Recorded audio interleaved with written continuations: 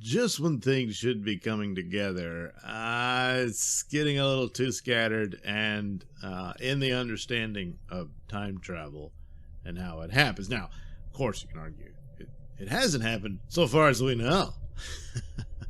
But ultimately, the theory comes down to if you can travel through time and you go back in time and you change events. The typical one is, oh, you kill your grandfather so you never exist. But if you didn't exist, you didn't have the time machine, you didn't travel back in the first place, so then he doesn't die, so he lives.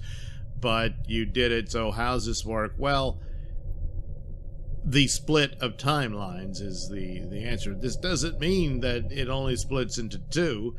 Any adverse decision can cause it, and it seems to be happening as a matter of circumstance, as the nature of reality, if you accept these terms. Now, is time travel really possible? Well, according to Einstein's theory and certain extraordinary circumstances, it seems that it would be. Now, in the stretching of space and space travel and all of that, and the speeds at which one could travel, you travel to a distant planet. Meanwhile, centuries have passed back on Earth, so you really can't go back. But the idea of going back, they try to figure that out with wormholes and that sort of thing, about how you can go back. Going forward very fast into the future, where you don't age very much, but everything else around you does. That seems to be more theoretically possible than the going back in time and all that. So obviously Dark has the premise here that there is a wormhole, and it was in those tunnels and all that. And here we pretty much get the origin of it, where the unknown, or the three who are one, as I called them, they went on the orders of Mommy Eva to do it, because Eva ultimately is a mother who wants to keep her children alive, whereas Adam, who was Noah and now is Adam, wants to destroy all of that, because that's the only way to undo what happened in the first place. And so he basically he's out to just wipe away from existence his own son. So that's that. Now, you get teases of this, and then it's revealed through the display of their actions and everything, but you don't really get their story. So, when did she do this and all that? That's some of the problems here. I kind of wonder at this point if the show was meant to end this quickly, with only 8 episodes in it, and that it needed even yet another season, perhaps 4, to flesh out some of these details, where other aspects of it did get pretty well fleshed out, and here the mystery people don't. Even characters that for the most part aren't mysterious but suddenly are because they're future selves and all that. I think that would have been it kind of calls for it. Now, again, to be fair, this is a very complicated series, and they've mapped it out fairly well. I mean, a lot of shows attempt this sort of thing, and they fall flat. This one, for the most part, you can tell they did a lot of work here, but it's so damn complicated. The chances of messing it up here or there is very likely, and it's also a show that has to be watched several times.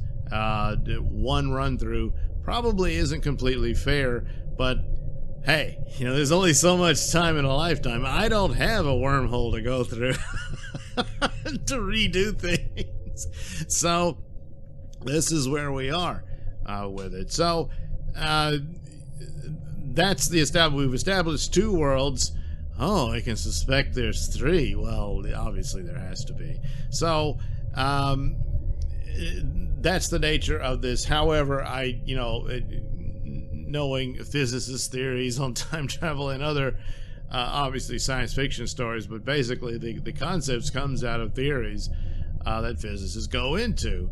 And it wouldn't just split into 2, and that's, but given to a certain occurrence, then I guess, just the initial one of where, you killed your grandfather, before he met your grandmother or that sort of thing, so you never existed. Well, there's the timeline where you never existed because he died as a young man. Then there's the timeline you came from where you did exist and he lived on and, you know, had kids and all that. So, and that's how that works. I never understood if you can go back to your original time or do you just have to live out in a new timeline where you never existed.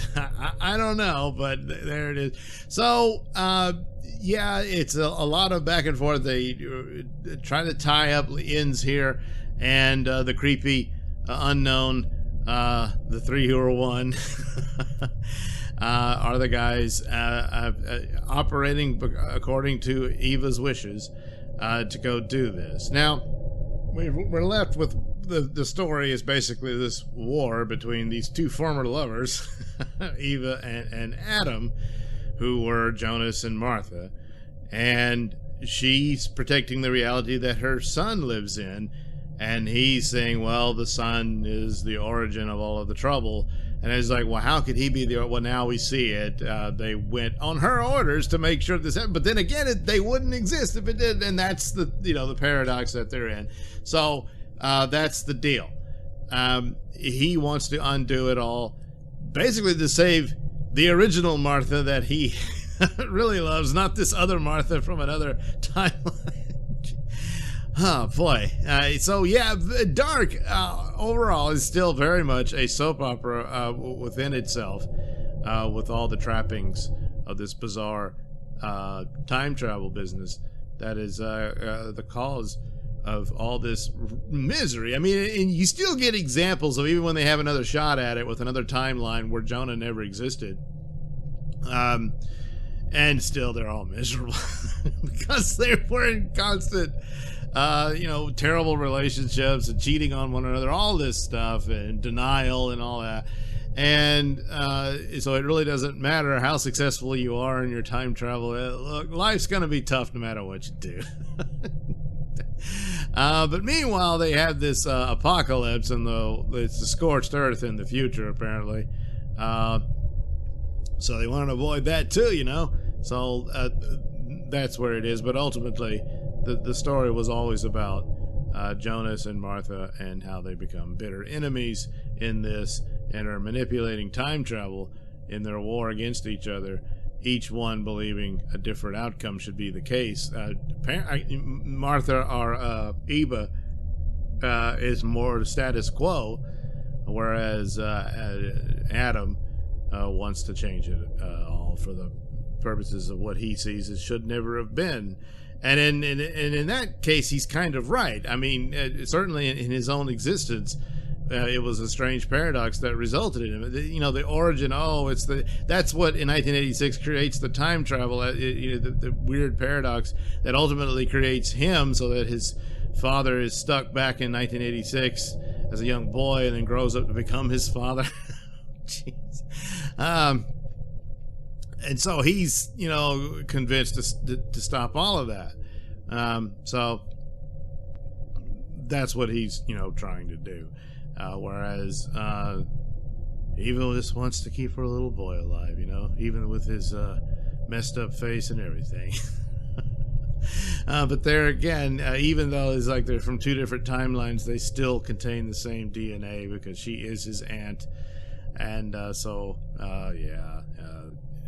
Children of incest probably don't turn out all that great. So there you are. So and I guess it'll you know, untangle, if you will, as to why the unknown had to go kill all those other guys, but they were involved to make sure that the power. Obviously, in the instance where they had made damn sure the power plant was constructed, so you could have it for the incident that creates the wormhole and all that. Yeah, but some of it I was like, well, this guy, that guy, yeah. But anyway, other than, you know, the obvious creepiness of it all, boy, you know, I don't think there's any heroes in this. But then again, the title is Dark.